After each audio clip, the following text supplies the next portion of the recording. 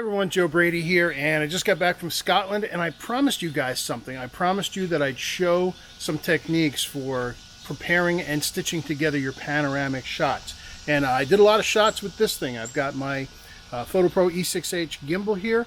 You can see how the camera is backed off so that the nodal point of the lens is where the rotation takes place. That means everything close and everything far stitches together beautifully. So that's enough from me. Let's go into the computer and take a look and see how we can prepare one of these pano stitches. I'm going to show you both in Lightroom and in Photoshop.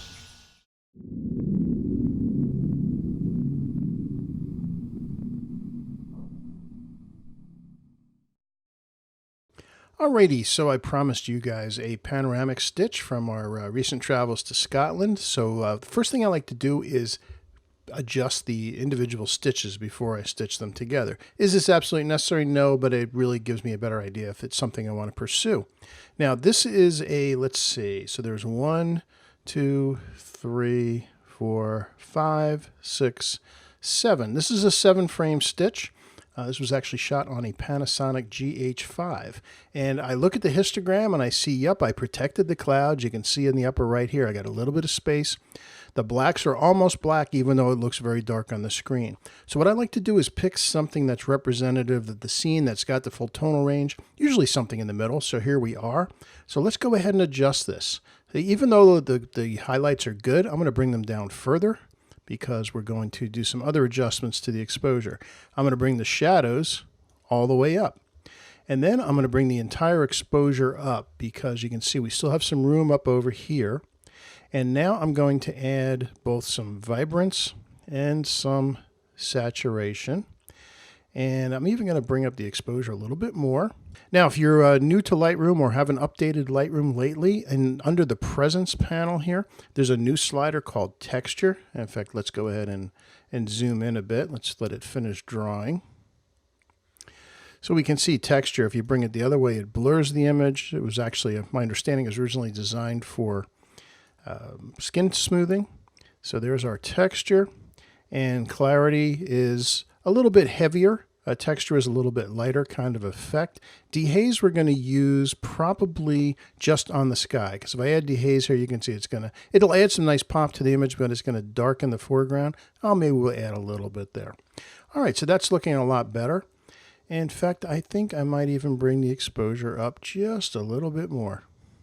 Okay, something like that. So when you compare that to the one next to it right there, looking a lot better. So let's go ahead and select all the frames that are in this panoramic stitch. So I'm going to hold down the Shift key and click on the right one.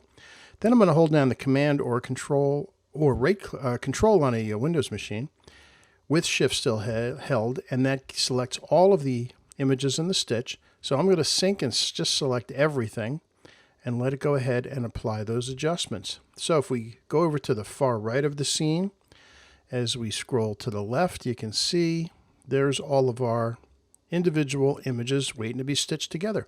Now this was done on a gimbal head, so everything should line up perfectly. So let's go ahead and go to Photo, Photo Merge, Panorama.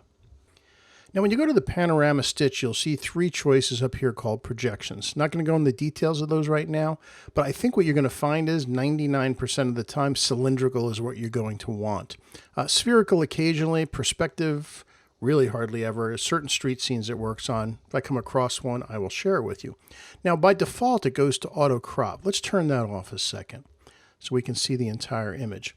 And you can see I was slightly wobbly, but it does create these curved outsides, and that's because the software assumes that you are on a system that is not stabilized, that is not a panoramic system. So you can see there's a little bit of a bend here that we want to fix. So I'm just going to use the boundary warp feature, and let's see how that straightens things out. Much better. In fact, I think we're going to go all the way with boundary warp. Yeah, that looks a lot better. Now, there's parts of the scene we do not need. I don't need to have the garbage cans over here. We'll crop that out later, but that's looking pretty good. So let's go ahead and stitch this. Simply click on Merge. Now this is, keep in mind again, this is 7 frames at 20 megapixels, so that's going to be a lot of megapixels. And when we're done, we're going to end up with a pretty huge file. That's going to be something you could, if you wanted, print really big. That's some of the beauties of having the panoramic stitching. And if you use something like a gimbal head or a panoramic head, it allows you to get perfect stitches and everything lines up perfectly. And what that means is you don't lose anything. You don't lose anything top to bottom or left and right. All right, so here is our panoramic stitch. How cool is that? That's really how easy it is. Let me just hide the stuff. All right, so what else might I want to do to this? Well, this area over here is a little bit heavy. As I mentioned, I don't think I need to see the garbage cans here. So let's go ahead and get the crop tool. And I'm going to bring this up.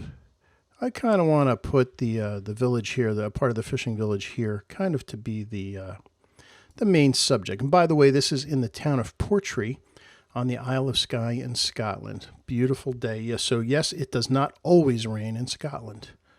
They get a fair amount, but we're going to include that car too. Okay, so I'm going to click on done.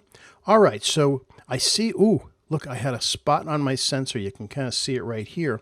To see a little better, I'm going to go up to the spot removal tool, and then I'm going to click on down here underneath the image, visualize spots, which is also the A key. Now, I'm not seeing it yet, so I'm going to increase kind of the power of it. And there you go. When you see a perfect circle like that, that means there's a spot. So I'm going to click on there.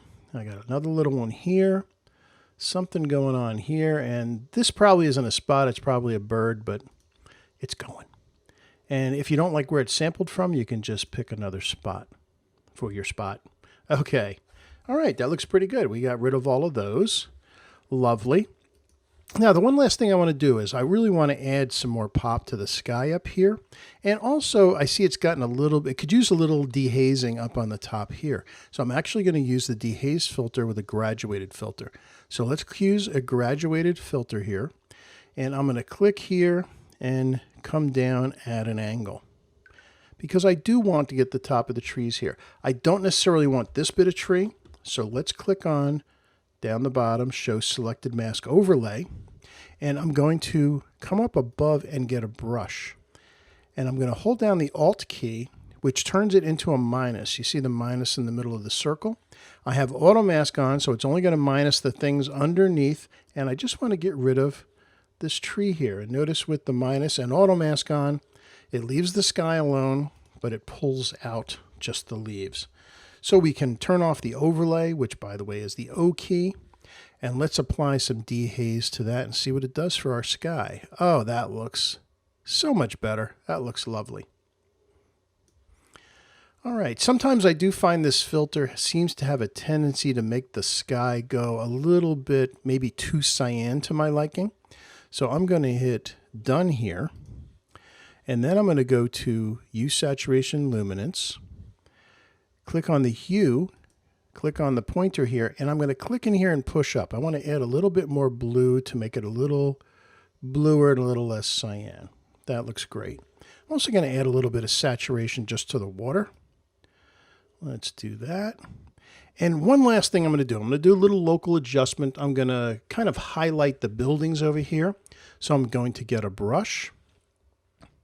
And I'm going to turn off auto mask because I just want it to get everything.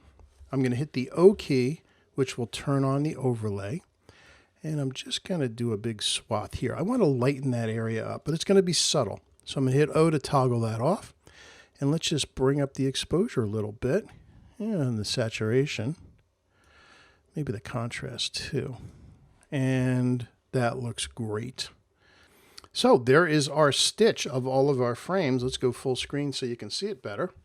And there's the fishing village of Portree on the Isle of Skye with our panoramic stitch, and it just looks marvelous. So that's doing it in Lightroom. Well, what if you're not a Lightroom person and you want to use Photoshop for stitching? So let's go ahead and do that. Let's get another image that we're going to bring into Photoshop.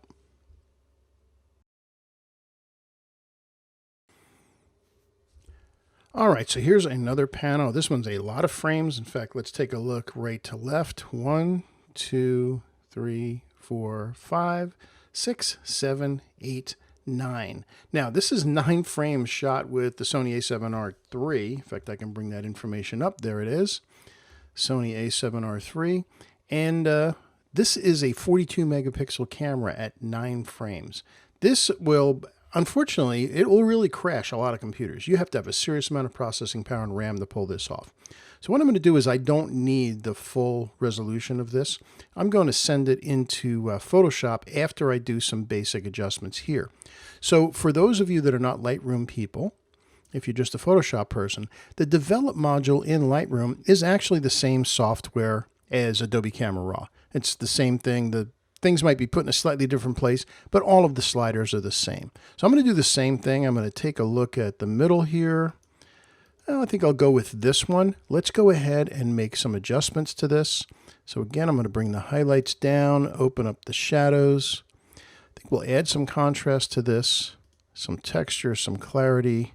I think the whole thing's going to probably need some dehaze, some vibrance and saturation. And again, we'll fine tune this later. In fact, I'm going to bring the exposure up now to something like that. And that's looking pretty good. Now, not a particularly exciting subject by itself, but the entire breadth of it is what's going to be interesting. So let's go ahead and select the rest of the images in this stitch. So again, Shift there, Command or Control Shift to add the rest of them. And I happen to have a profile for this, so I'm going to add a profile for the Sony, and that adjusts the colors. That looks good. So let's go ahead and sync everything. And then all of the images will have the correct colors and everything assigned to them. So lovely. All right, so we're not going to do the stitch in here in Lightroom. We're going to go ahead and send this into Photoshop. So what I need to do is I'm going to export these. And again, since this would be an absolute huge file, let's go ahead and create a folder. I'm just going to put it on my desktop so it's easy to find.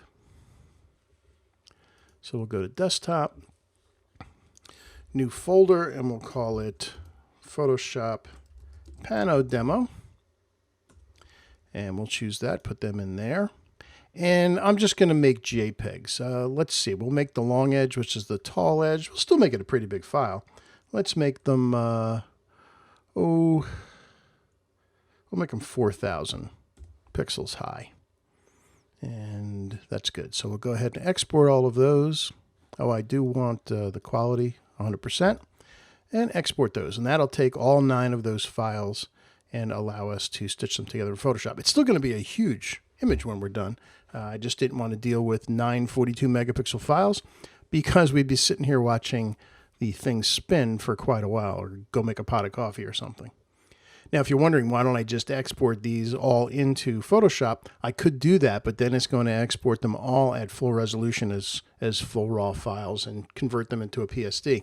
And again, that would make for an enormous image. Just for speed's sake, if it's something you do really want to print enormous, and when I say nine files at 42 megapixels, we're talking an image you could print probably 15 feet across and it would be just fine. So that's a little bit much.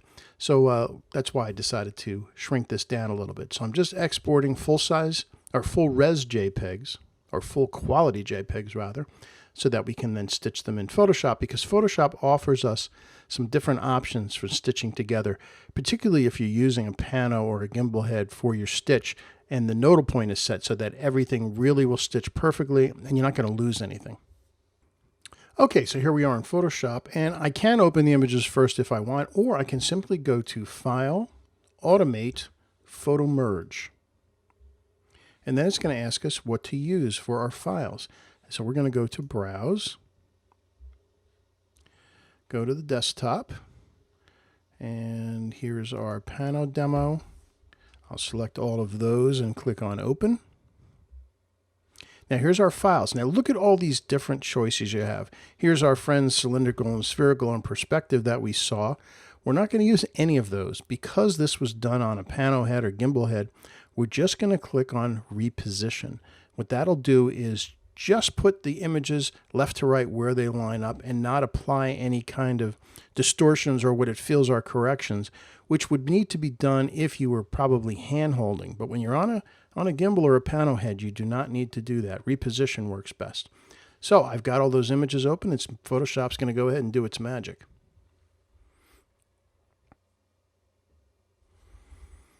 All right, and there's all our images. And apparently I did not have my head completely level, so I'm going to go ahead and crop this a bit. but we can see that everything has just seamlessly come together. So let's go ahead we don't need all these sizes. Let's just flatten the image. And I'm going to crop this. Just going to bring that up. Actually, I really don't even need some of the bottom here anyway. So let's crop that and then bring the top down.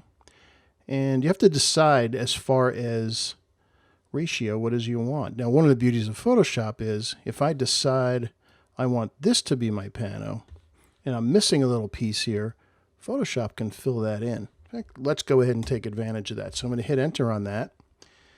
And you can see I've got this little spot here. So I'm going to click on the magic wand, select that white area that's missing sky. And what we need to do in order to keep it from ending up with a border. So let's go ahead and zoom in on there.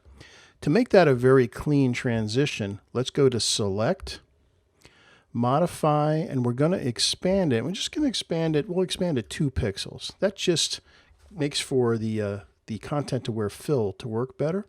So then we go to edit, content aware fill. And you have lots of options, which we're going to ignore because it's going to do a fine job without our input. And there it is. So there's our entire image with our little bit of sky added. So I can now fill that in. And in order to shape this image, yes, I can do lots of Photoshop, but I'm going to cut to the chase and I'm going to run this image through NYX Silver Effects. So let's go to Filter. Not Silver Effects. We're going to go through Viveza. If you don't have Viveza, it's an absolute, in my opinion, absolute must for landscape photography. So Viveza's beauty is its local and its global adjustments. First, I'm going to add a whole bunch of structure to it, which is going to add a lot of pop. I'm going to add some contrast, some saturation. I'm going to bring the brightness up a little bit. Actually, we're going to do that more locally. All right, so now we can start to do some local adjustments. If you think something is too dark, which I do, I'm going to add a control point, come to this area here. I'm going to brighten just that area up. And add another one. Let's come over here. We're going to brighten that up a little bit. And notice that even though the circle is so big, which I can adjust up and down, it only is going to have an effect when you move the sliders on the things that match the tone and color of underneath this actual control point. Notice as we adjust the brightness, the sky is not being affected. So I'm going to add some brightness. In fact, we're going to add some more structure to that and a little bit more contrast to add some pop. And if you see an area that you think you could use exactly the same thing, what you can do is hold down Alt or Option, click on this point, and then drag it over to somewhere else. And look what it does to that. Same thing out here. Now that one I'm going to zoom in on a little bit more. I'm going to add a bunch more contrast. I think we'll bring down the brightness, add some more structure, and maybe we'll bring the brightness up a little bit. And by the way, exactly where the point lands is going to affect how it is applied. Yes, we'll add a little bit there. I'm going to Alt drag that over to this part. Great. Now the sky. Let's just add a little bit more drama into the sky. So I click a point there. We'll further add a little more structure, brighten it up a little bit. And then this point is maybe a smidge too bright up here because it's drawing your eye away. And I think that kind of tells a story of the place. And we have this slider here where we can see the before and after. So there's where we started when we brought it in. And there's where we're after. And this, by the way, is a look down from on the Isle of Skye from a place called the Old Man of Storr. So that's looking pretty good when you consider there's where we started, and then there's our completed edit. So we'll hit OK. That will send the whole thing back into Photoshop as another layer. And that's how easy it is to stitch in Photoshop. You have some added advantages like the content aware fill. Now look at that. So there's where we started. There's where we ended up. In fact, let's go full screen so we can just enjoy this for a second. Oops, one too many. And there we go. There is our completed stitch of 9 frames using Photoshop. Hope you've enjoyed these demos, And if you haven't subscribed to Photo Friday, you got to go subscribe to Photo Friday. Go to my website, joebradyphotography.com. It's right on the front page. It's a newsletter that's free that comes out every Friday. We don't share your email address with anybody, but it's got a lot of cool information, cool happenings, cool stuff. So thanks for watching. Hope to see you online again soon. Bye-bye.